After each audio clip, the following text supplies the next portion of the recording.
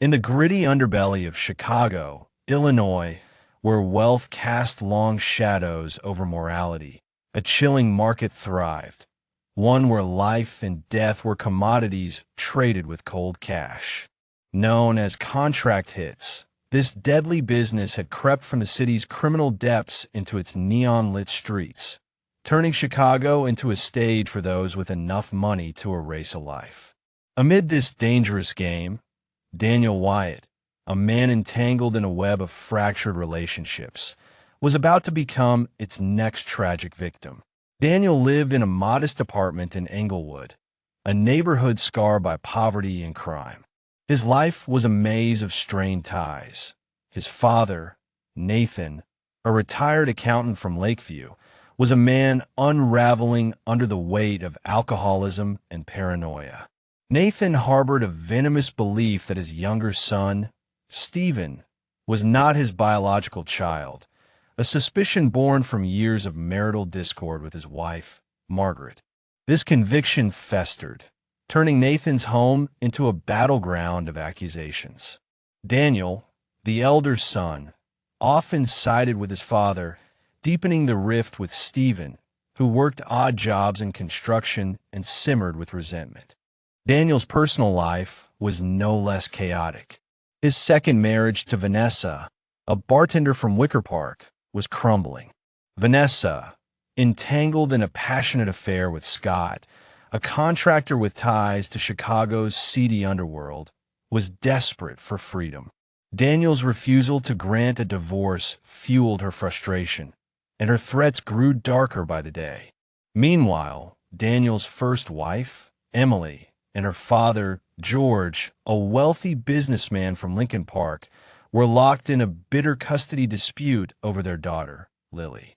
Emily and George restricted Daniel's access to Lily, fearing he might one day take her away, a fear that gnawed at their every interaction.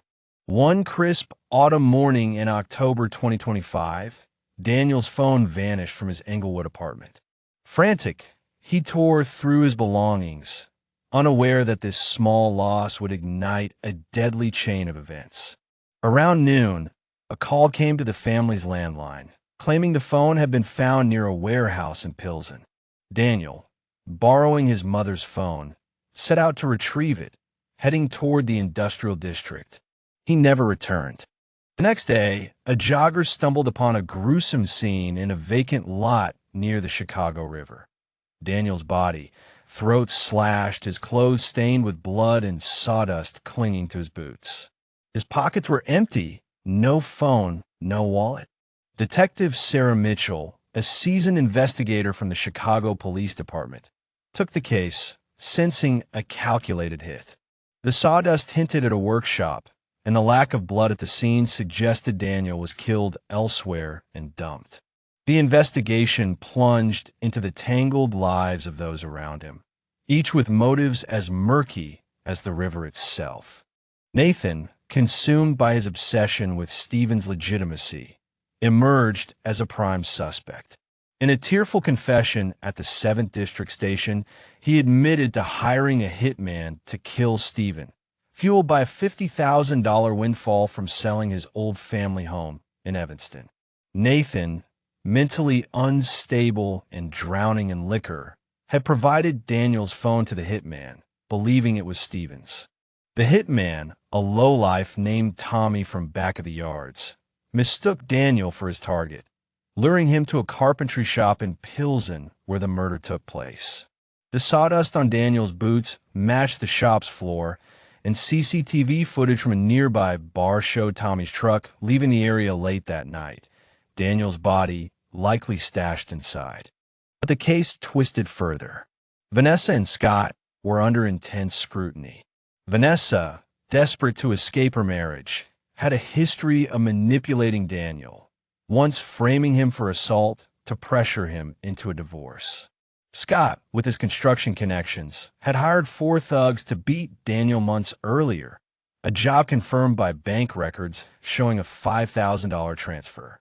Their alibis, however, were airtight. Vanessa was working a double shift at a Wicker Park bar, and Scott was at a construction site in Humboldt Park, corroborated by coworkers. Still, Detective Mitchell wasn't convinced, digging into their phone records for any trace of a hired hit. Emily and George added another layer of suspicion.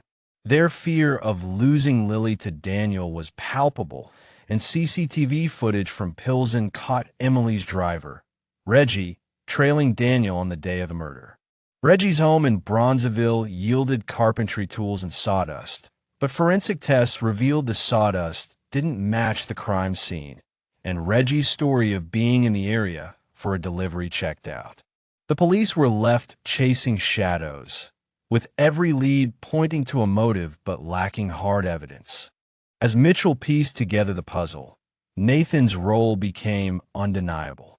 His drunken plot to eliminate Stephen had misfired, claiming Daniel's life instead. Tommy, arrested after a tip from a Pilsen informant, confessed to the mix-up, detailing how he used Daniel's stolen phone to lure him to the shop. Nathan, shattered by the consequences of his actions, was charged with murder but deemed mentally unfit. A judge sent him to a psychiatric facility in Elgin, where he remains under treatment. Yet Chicago's darkness didn't end with Daniel's tragedy. In a parallel tale, the city's South Side bore witness to another horror. Rachel, a mentally challenged woman living in a dilapidated tenement in Auburn, Gresham with her daughter, Sophie, and her mother, Karen, became the next victim of the city's cruelty. Rachel, whose mind lingered in a childlike state, and Sophie, a bright but vulnerable 5-year-old, vanished one night in November 2025. Days later, Rachel's half-burned body was found in a ditch near 79th Street, a kerosene can and a blood-stained rock nearby. A post-mortem revealed a shocking detail. Rachel was 1 month pregnant at the time of her death. Detective Mitchell, now leading this case, noted the absence of anklets on Rachel's feet, contradicting Karen's claim that Rachel always wore them. The investigation uncovered a grim reality. Rachel had been repeatedly victimized by men in the slum, including Kenneth, the landlord, and Aaron, a local businessman. Karen, overwhelmed by the shame and exhaustion of protecting Rachel, confessed to a heart-wrenching act. Fearing Sophie would face the same fate, Karen had killed Rachel with a rock and burned her body to erase the evidence, hoping to end the cycle of abuse. The kerosene can was hers, bought from a nearby market, and the anklets, purchased by Reggie, a local handyman, were a deliberate misdirection. The police dug deeper, uncovering a history of exploitation. 3 years earlier, Rachel had been sent to an NGO in Hyde Park, where a worker named Shane had assaulted her. Karen, desperate for money, had accepted $25,000 from the NGO to keep quiet, but the abuse continued in the slum. DNA tests confirmed Kenneth and Aaron's involvement in Rachel's assaults, with Aaron's DNA matching the fetus. Both were arrested, along with Reggie, who admitted to buying the anklets to confuse the investigation. Shane, tracked down in Cicero, was also charged for his past crimes. Karen's trial for Rachel's murder is pending, her actions a tragic culmination of a mother's despair in a city that offered little mercy. Sophie was placed in a reputable NGO in Uptown, where she's receiving care. The police, despite their efforts, couldn't convict the slum's other predators due to missing evidence, leaving a bitter taste of justice unserved. Chicago, with its towering skyline and hidden alleys, continued to pulse with greed, betrayal, and desperation. Daniel and Rachel, caught in the city's merciless grip, became stark reminders of its dual nature, a place where dreams glittered but darkness thrived. In Englewood and Auburn, Gresham, trust was a fragile luxury, and for those entangled in its web, survival often came at a devastating cost.